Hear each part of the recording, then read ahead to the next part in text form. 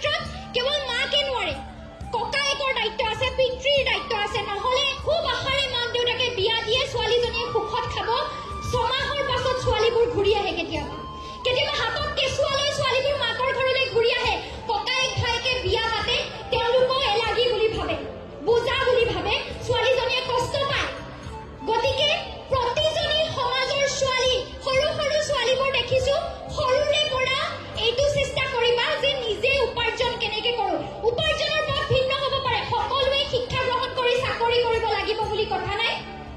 কোনোবাই কেকৰ ব্যৱসায় কৰিব পাৰে, পিঠা পনাৰ কৰিব পাৰে, আচাৰৰ ব্যৱসায় কৰিব পাৰে, হাঁহ কুকুৰা পুহিব পাৰে। মুঠতে প্ৰধান উদ্দেশ্য স্বাৱলম্বিতা। বিয়াৰ আগত যদি সোনকালে বিয়া দিব লাগে, তেতিয়াহ'লে সোনকালে স্বাৱলম্বীও হ'ব লাগিব। গতিকে মাকবোৰে যিটো কষ্ট আপোনালোকে পাইছে, সেই কষ্টটো ছোৱালীজনীক পাবলৈ নিদিব। আপুনি যেতিয়া কৰবাত ওলাই যাব, নিজৰ পইচাটো কাৰোবাৰ পৰা নোখোজাকে লৈ যোৱাৰ অনুভৱটো সুকীয়া, স্বাধীনতা থাকে তাত। গতিকে সেই স্বাধীনতাটো যদি আপুনি নাপালেও আপোনাৰ ছোৱালীজনীক যাতে সেই স্বাধীনতাটো লোৱাৰ সুযোগটো দিয়ে।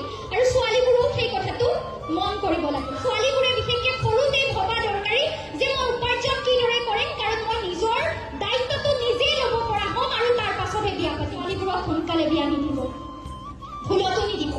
এই পঢ়িলে শুনিলে বিয়াটো দি দিব লাগে। 6 মাহৰ পাছত ছোৱালীজনী ঘূৰি আহিলে কি হ'ব এইটো ভাবক। গতিকে